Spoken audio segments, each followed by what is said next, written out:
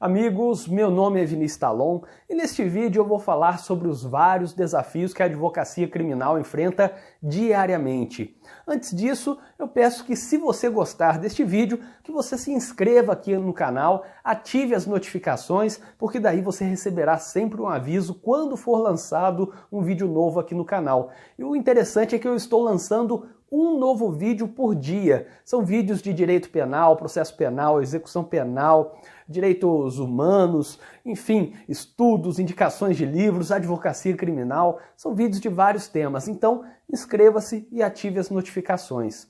Propriamente sobre o tema deste vídeo, quais são os vários desafios que você enfrenta na advocacia criminal? Se você é advogado criminalista, eu garanto que você deve estar se lembrando de alguma situação que você enfrentou ainda nesta semana. Provavelmente você se lembra de algo que você enfrentou, um desafio, no mínimo, que te deixou decepcionado com a profissão, ou decepcionado mais ainda com o sistema penal brasileiro, que é voltado muito para a acusação e nada para a defesa.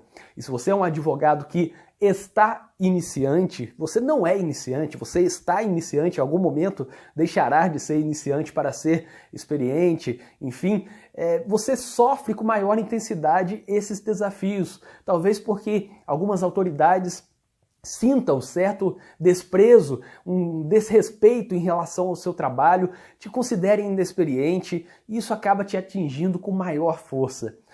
Bom, quais são os vários desafios que a gente enfrenta na advocacia criminal? Se eu fosse falar todos, esse vídeo duraria algumas horas, mas vamos lembrar de alguns aqui. Você viaja, por exemplo, por algumas horas para ir até uma delegacia em uma outra cidade.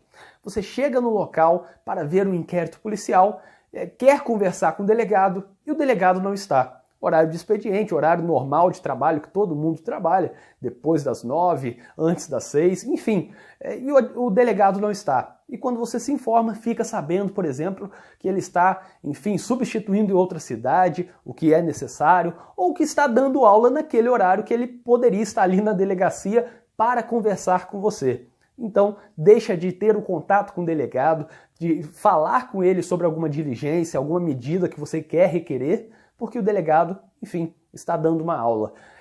Outra coisa que acontece com bastante frequência também é quando se viaja por horas, a mesma coisa, para ir até uma delegacia em uma outra cidade, e aí você quer ver o inquérito e não consegue ver o inquérito, porque o inquérito está trancado na sala do delegado, ou está com o comissário X, enfim, você não consegue. Ou você tem que fazer um requerimento para ver o inquérito. Para ver o inquérito ali na frente de todo mundo. Não é levar para casa, não é rasgar, não é nada disso. Apenas para ver o inquérito ali, na frente dos policiais, na frente dos servidores.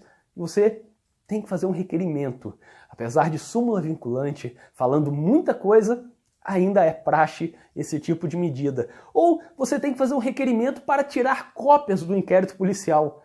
Ora, tirar cópias do inquérito policial ali do lado, em alguma papelaria ou no escritório mesmo, enfim, assinando, dizendo que está pegando o inquérito policial. Bom, mas o inquérito policial não pode sair da delegacia. Daí você tem que fazer um requerimento para que ele seja ali copiado. Isso é um absurdo, é um grande desrespeito com advogados, como se a gente tivesse o dia inteiro para se dedicar a tirar uma cópia de um inquérito policial. Além disso, outras situações acontecem com bastante frequência também. Você viaja novamente para uma outra cidade, para uma precatória em que você vai ouvir, em que o juiz vai ouvir uma testemunha arrolada pela acusação. E aí você tem que ir porque senão o juiz vai aplicar uma multa.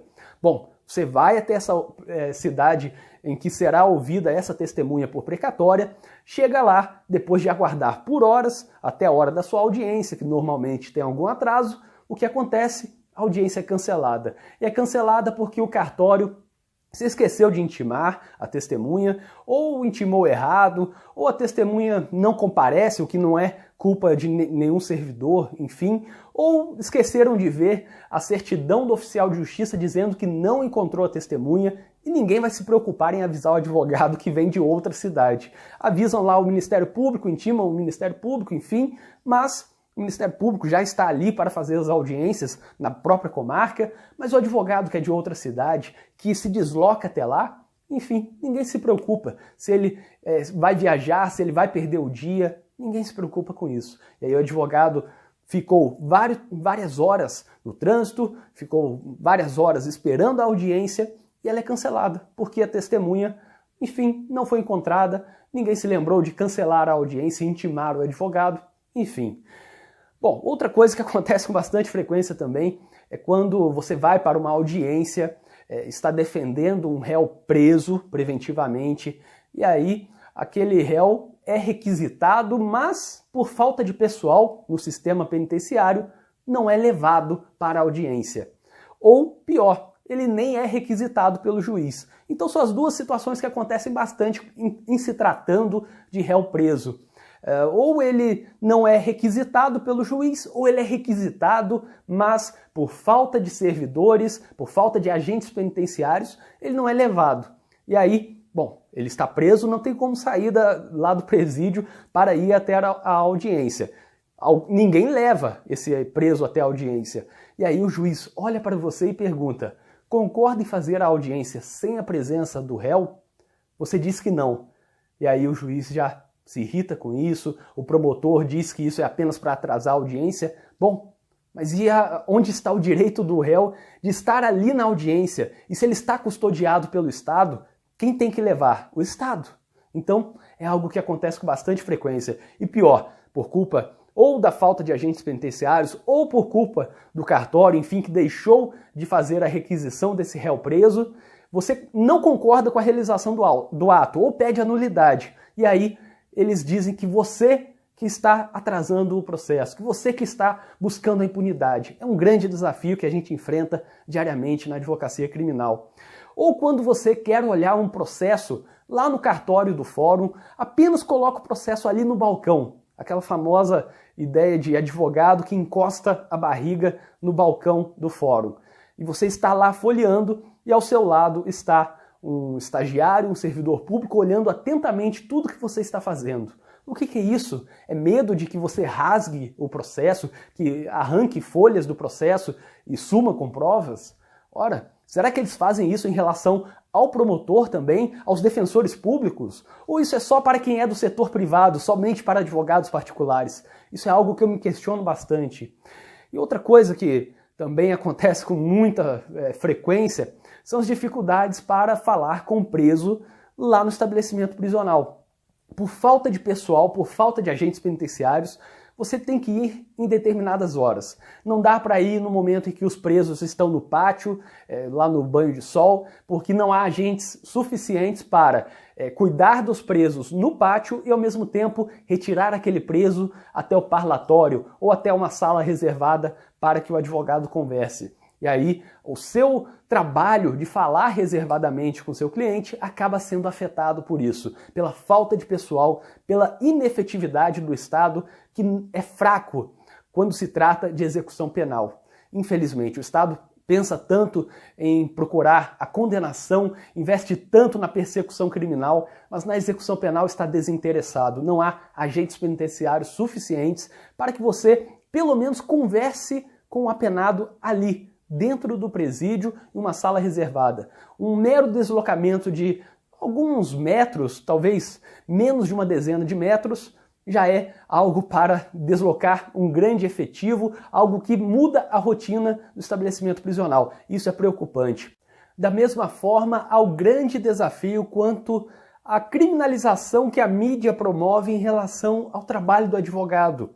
Por um lado, a mídia praticamente adora aquele trabalho realizado pelos juízes e pelos promotores. Promotores denunciaram o corrupto, o juiz condenou de forma severa, enfim. Por outro lado, a gente vê o tratamento que eles dão ao trabalho do advogado. O advogado como se estivesse ali apenas buscando a impunidade, o que é a mesma coisa que o senso popular pensa, o senso comum imagina que o advogado trabalha apenas para buscar a impunidade. Não é para defender direitos fundamentais, garantias fundamentais, defender o que está na Constituição. É como se fosse apenas para buscar a impunidade. Que o advogado é tão criminoso quanto a pessoa que ele defende. Que a pessoa que ele defende ainda nem é criminosa. Afinal, nem houve trânsito em julgado, mas o advogado criminalista, por estar defendendo esse indivíduo, já é considerado um criminoso perante a mídia e perante o senso comum. Até que a pessoa precise de um advogado criminalista. Daí sim, o pensamento muda na mesma hora. Pensa-se que advogado defende apenas bandido, até que você se vê na condição de bandido, de denunciado, de réu. E aí, o advogado que te defende já não é mais um advogado que defende bandidos, é um advogado que defende você, que é um cidadão de bem. Esse conceito onírico, um conceito inventado apenas para proteger a própria pessoa que dele se vale. Enfim, é um grande desafio aquilo que enfrentamos diariamente na advocacia criminal, mas a vontade de superar esses desafios também é muito grande. Se você gostou deste vídeo, inscreva-se no canal, ative as notificações e até o próximo vídeo.